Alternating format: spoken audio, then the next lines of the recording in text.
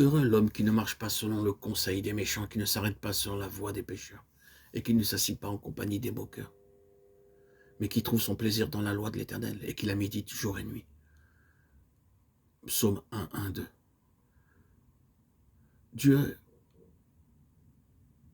est le vigneron qui a dans sa main un sécateur. Lorsque la vigne commence à avoir du fruit, il coupe toutes les branches et les feuilles qui cachent le fruit. Très souvent, c'est ce qui arrive dans nos vies lorsque Dieu utilise les ciseaux. Il y a des larmes dans nos vies. Mais loué soit Dieu pour ces larmes. Avant d'avoir été humilié, je m'égarais. Maintenant, j'observe ta parole. Il m'est bon d'être humilié afin que j'apprenne tes statuts. Psaume 119, 69, 71.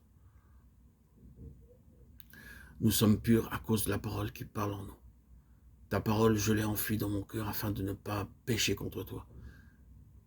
C'est le chemin de la purification en prenant garde à la parole. Et c'est le témoignage que tout enfant de Dieu doit posséder. Chaque enfant de Dieu connaît la main correctrice de Dieu. Nos pères nous châtiaient pour peu de jours comme ils le trouvaient bon. Mais Dieu nous châtie pour notre bien afin que nous participions à sa sainteté.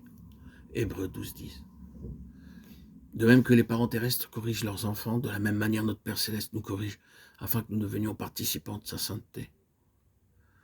Ce dont nous devons nous souvenir, c'est que lorsque Dieu nous corrige, les ciseaux sont dans les mains d'un Père aimant. Il les utilisera avec beaucoup de soin. Il sait où cela est nécessaire et l'applique là où il le faut. Ainsi réjouissons-nous de cela. La verge de la correction est dans la main de notre Père aimant. Par sa parole et la correction, il œuvre dans nos vies. Notre part est le repos. Dans Jean 15, un des principes spirituels répétés près de 10 fois, demeurer, est le secret de l'expérience de la plénitude de Dieu. Demeurer, ce mot au singulier a deux sens. D'abord, nous devons dépendre entièrement de Christ. Demeurer attaché au cep. Tout ce qui est nécessaire au sarment vient de la vigne.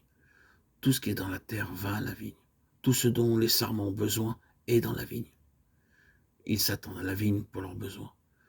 La vigne ne garde rien pour elle-même, elle le transmet. Ce que le sarment reçoit de la vigne devient du fruit. Christ emprunte cette allégorie afin que nous puissions vivre cela exactement de la même manière. C'est une vie de complète dépendance vis-à-vis de Dieu pour chaque chose. La plénitude de Dieu, la tête, habitée totalement en Christ. Et à cause de cela, il veut que nous regardions à lui par la foi. C'est une foi qui s'approprie. Ce n'est pas simplement recevoir ou prier pour cela. Par la foi, nous continuons de recevoir ce dont nous avons besoin.